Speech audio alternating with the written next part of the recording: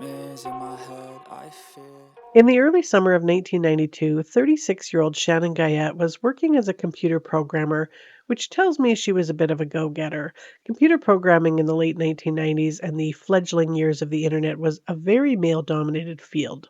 Unfortunately, I don't know a lot about Shannon, the daughter of Charlie and Beverly Underwood, and her life before 1992.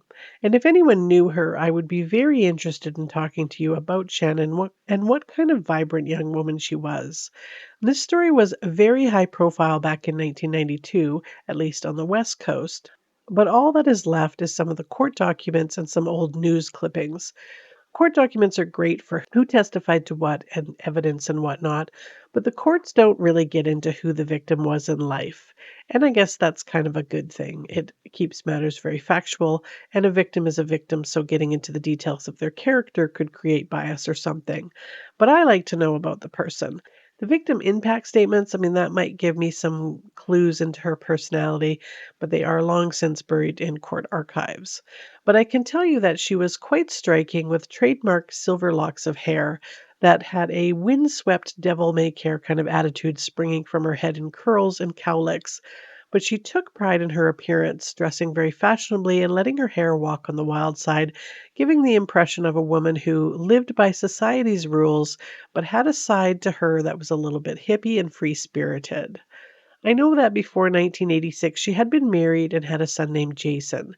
At some point, she divorced, and her son moved in with the man that would become her second husband and his fourth wife, named Doug Guyatt, into his house on Bel Air Road in Langford, BC. On March 19th, 1988, the couple married and Doug legally adopted Jason. Doug sold the house in Langford and he used the $40,000 in equity as a down payment at 863 Cecil Blogg Road in Colwood. Doug had some kids of his own from his previous marriages, but I think that they were all adults or at least not living with them at the time. So it was just Jason, Doug, and Shannon. Colwood is a waterfront community in Vancouver Island, just southwest of Victoria, of about 19,000 people and makes up part of Greater Victoria. On June 17th, 1992, Shannon drove Jason part of the way to his school where she would normally drop him off at the halfway point for him to walk the rest of the way, and then Shannon would turn off that route and head to the Ministry of Transport where she worked on Blanchard Street. During her lunch break, she walked over to the Eaton's, which I'm not sure if the US has an Eaton's. It was just like a big department store. I don't even know if we still have them.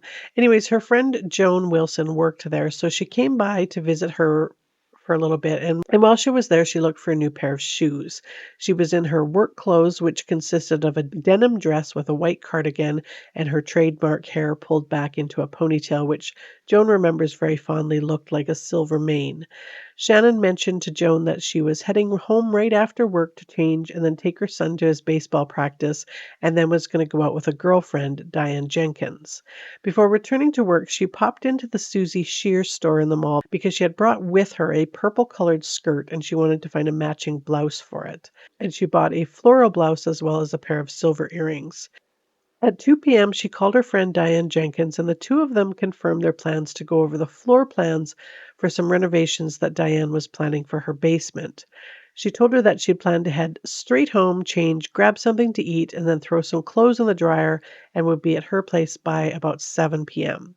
At 4:05 to 4:10, somewhere in there, she reminded her boss, Sam Kemmel, that she wouldn't be in the next day because she had a work-related computer course that she was going to be at. At 4:30, the very social Shannon stopped at her hairdresser's for a quick visit. I don't believe she got her hair done, she just stopped in for a visit. And then Shannon seemingly disappeared into the early evening light.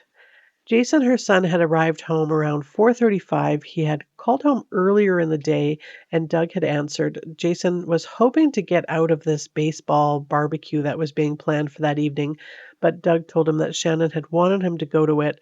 So shortly after he got home, Doug drove him to the game. It was like a game and a barbecue. At 5:30, a man living at 3324 Hazelwood Street named Patrick Rosen looked out of his living room window to see a red Firebird parked on the street outside of his house. Expecting his niece from California, he figured that maybe she had arrived early and so he went out to greet her, only the red car was empty. And the red Firebird would later be identified as belonging to Shannon, and Hazelwood Drive is about a 2-minute drive from Cecil. At about 7, Jason called the house from the baseball field and told his dad that he's ready to come home.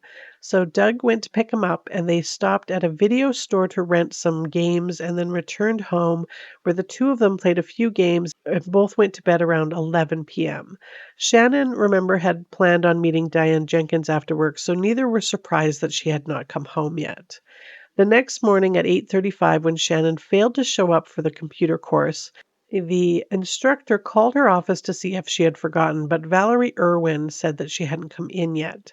So she called the Guyatt house and spoke to Jason, and Jason asked Doug where Shannon was, and Doug and was heard in the background stating that she had left for work already. At lunchtime, Doug phoned Shannon's work and asked for her. Doug had said to the person that answered the phone that she had made some arrangements to meet her parents for lunch and that she hadn't arrived yet. They had asked Doug to call and then see if she was maybe running a bit late. And in a bit of a TMI, Doug mused that Shannon maybe had not come home the night before because he had run off for about 4 days a couple of weeks before that, and maybe Shannon was just getting back at him. So now there's a couple of things to mention here. Shannon and Doug's marriage was on the rocks, and Shannon had a few weeks prior visited with a lawyer to start hammering out a divorce agreement. And the house on Cecil was currently for sale, and the reason that Shannon was to go over the floor plans with Diane the night before was because she had plans to move in with her and Jason into their place. And yes, you did remember correctly that earlier that morning, Doug said that Shannon had left for work already. But that had been in front of Jason and within his earshot. So normally you don't confess to a young person that their mom didn't come home, either to keep them from worrying or thinking that their mom was doing something that they weren't supposed to do. So, a couple of minutes after this TMI conversation, Richard Sims, who's the couple's realtor, dropped by the house with an offer on the house and for them to look it over. And when he arrived, Doug was on the phone and he was pacing back and forth on the phone with someone. And when he hung up, he told Richard that Shannon had not come home the night before. Doug's eyes were puffy like he'd been crying.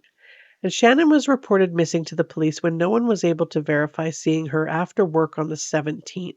And that's when her Firebird was located outside of the Rosen home. All of the doors were locked and nothing inside the car appeared out of place. There were 2 fingerprints found in the car, and they later came back to Diane Jenkins, who admitted that she had been in the car a number of times. No other prints were found that didn't belong to Shannon or Jason. The next day, police tracked down a man named Greg Barnes who had dated Shannon 17 years ago, but had recently kind of rekindled their romance a little bit. Greg denied having an outright affair with Shannon, but admitted that he had been back in touch with her, telling the police, "Do you want the gut feeling? She's laying in a ditch somewhere dead." Greg told police that he had taken the 17th off of work to go to a small claims court and worked at the fire hall where he worked until 6 p.m. Then he worked on his second job at Allied Towing, and then he stopped to visit a friend before heading home around 11 p.m. All of it panned out as accurate and verifiable. On June 20th, Richard Sims had to host a showing at the house.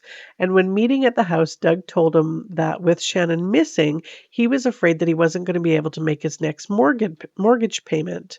So Richard asked him if they had any life insurance on the mortgage, and Doug had said that he didn't really want to think like that at this time. But Richard told him that the best he would be able to do for the time being was to notify the bank that his payment was going to be late because even with life insurance on the mortgage, Shannon would have to be missing for 7 years before he would be able to collect the money anyways, because Richard was pretty sure that was the waiting period at that time.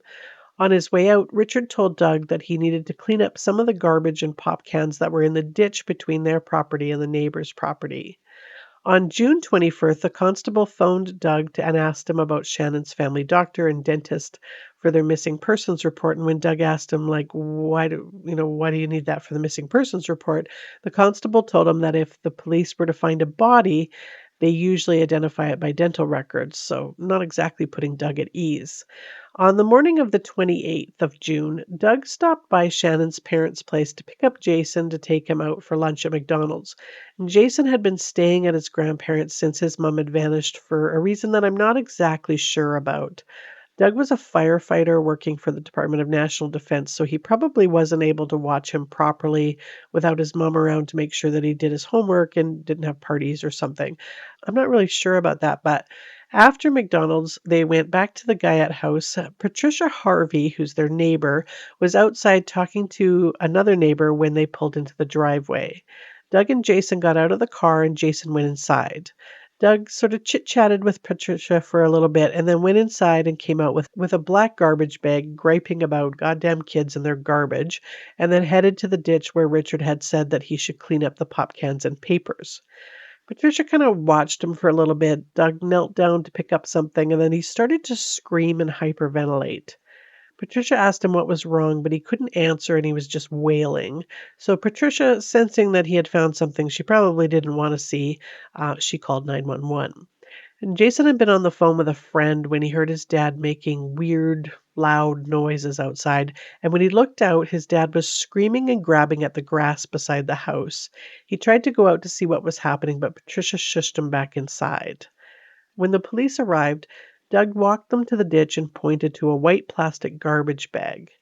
And inside was the severed head of Shannon Guyatt. Her trademark silver hair had been cut down to about an inch long.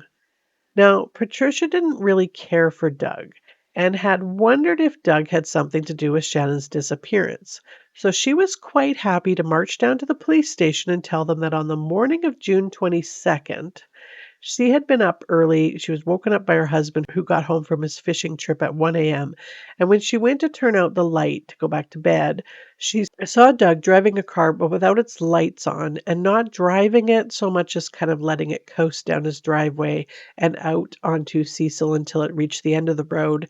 And then he started the car and then drove off. The car returned about 10-15 minutes later, and then there was clanging and banging noises coming from the Guyat's garage.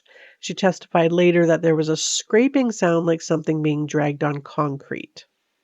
Shannon's remains, which really only consisted of her head, were examined by pathologist Carrie Pringle. Shannon was indeed identified by dental records and wrote in her report that Shannon's hair had been cut rather haphazardly. It was moist, dirty, and unkempt. And the bag also contained dirt, grass, and leaves, suggesting that it might have been buried at one point before being put into the bag. Her head had been severed from the body after death by multiple strokes of a knife cutting from under the jaw at the front space between C2 and C3 of the cervical spine at the back. And there was some fracturing of the jawbone on the right side near the ear. And this had occurred after death and could be the result of dropping the head. There was no evidence of trauma before death, and as a result, the pathologist concluded that the cause of death was related to the part of the body that they didn't have. And based on an ambient temperature of 20 degrees Celsius, the pathologist guessed from the discoloration and breakdown of the tissues that death had occurred 3 to 5 days earlier. Forensic entomologist Dr. Gail Anderson examined Shannon's head and determined, based on the development of fly larvae, that death had occurred no later than June 20th and had been exposed to more warmth than would have been provided by the ditch that it was found in on the 28th, again suggesting that she had been killed on or around the 17th when she disappeared and then possibly buried, dug up, and then placed in the ditch. So all of this science stuff pointed to the fact that Shannon had been killed, buried, dug up, her head removed, probably the body reburied, and the head put in the bag and then thrown into the ditch a few days later. So I think the best way to do this is to start back at the beginning, but from sort of a different perspective. So it turns out that Shannon had filed for divorce on January 15th, 1992, and they actually had a signed separation agreement giving Doug $10,000 off the top of the sale of the house, and then the rest would be divided equally. They both said no to spousal support, and she turned down the right to part of Doug's pension, which I think is pretty fair. Well, Doug worked at the Department of National Defense and he talked to a coworker about his impending divorce. And what he told his coworker, William, was that if they divorced, his wife, who in his opinion brought nothing into the marriage, would get to keep the jewelry that he gave her and $25,000 from the house. And he told William that, quote, I'd rather kill the fucking bitch than see her get anything. I don't know why I'm going through this. It'll be a hell of a lot cheaper just to kill her. End quote. After Shannon turned up dead, or at least her head turned up, he turned to the police with that little tidbit. And it turns out in February or March, he spoke to a different coworker and told him as well that he would kill Shannon if she tried to take his money. And the evidence, although circumstantial, on Doug continued to grow. On June 30th, Doug phoned the bank and told them that he wasn't going to be able to cover his upcoming mortgage payment. And the bank told him that, just don't worry about it. Give us the death certificate and we'll be able to get the insurance money to pay the claim. And this was, of course, after her head had been found and she was no longer missing. So he didn't have to wait the 7 years anymore, which is very convenient. He applied for a passport in October of 1992 after a search warrant turned up the purple blouse that she had purchased on the day that she went missing, proving that she had actually made it home that night after all. And then in December, he visited his local library and filled out a reference request that stated, I wish to know which countries have and which countries don't have extradition treaties with Canada and the USA. Later in December, Doug's son from a previous marriage, one of four in total, asked if he could borrow $20, and his dad pulled about $5,000 in cash out of a sock drawer and told him, he said, if the police had charged him for the murder of Shannon Guyatt, I do recall him telling me that the money was for the departure of the country. However, it also turns out that Doug was facing charges of sexual assault against his stepdaughter, probably part, if not the full reason Shannon had filed for the divorce in the first place. The plastic bags found in the Guyatt house were similar to the ones that contained Shannon's head. So the Crown prosecutor's case against Doug is summarized in the appeal documents. It says, the case against Doug Guyatt was circumstantial. The Crown's case against him was that he was unhappy that his wife was leaving him and resented the fact that she would take with her things he thought she did not deserve from the marriage. He was so angry he exploded in rage when talking to two of his coworkers at different times. When Shannon Guyatt arrived home sometime after 5 p.m. on June 17th, he killed her. He moved her vehicle to Hazelwood Street and hid her body somewhere. He lied when he said that she did not come home on June 17th. The skirt she had with her at Susie Shear was hanging up in her closet. On June 20th, Richard Sims told Douglas Guyatt that he could not collect insurance without proof of death. On June 21st, he learned the police could identify a person on the basis of dental records. The surreptitious trip to the early hours of the next morning had something to do with the disposing of the body or retrieving the head. The fact that Shannon Guyatt's head turned up in the ditch in front of her own home 11 days after her disappearance is important. Was it just coincidence that the head Shannon Guyatt turned up in front of the Guyatt home 2 days before the next mortgage payment was due in the house? Miss Guyatt had been dead for a minimum of 8 days when her head was dumped in the ditch. Who would go to such lengths and why? A rational explanation was that Douglas Guyatt knew that his wife had to be declared dead for him to collect the mortgage insurance.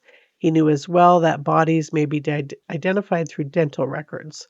Thus, only the head needed to be recovered to serve his purpose. The head was in a Glad kitchen catcher's bag which contained some markings on it, similar to markings found on some of the kitchen catcher bags found in Mr. Guyatt's house. Other evidence suggested Mr. Guyatt worried he might be charged with the murder of his wife. He hid some money away, obtained a passport, and intended to leave for a country which did not have an extradition treaty with Canada. And in October of 1994, he was convicted of second-degree murder. He never admitted his guilt, lost all of his appeals, never applied for parole, and died in prison on August 13, 2014 in Abbotsford of unknown causes. With his death appears to have died any hope of finding the rest of Shannon's body. In 2018, contractors were working to demolish part of the D&D or the Department of National Defense in Rocky Point, and they found a number of news clippings about Shannon's murder, but it hasn't led to her body at this point. Jason was 13 when his mom was murdered. He now works in the oil field and has a young son who never had a chance to meet his grandmother, Shannon.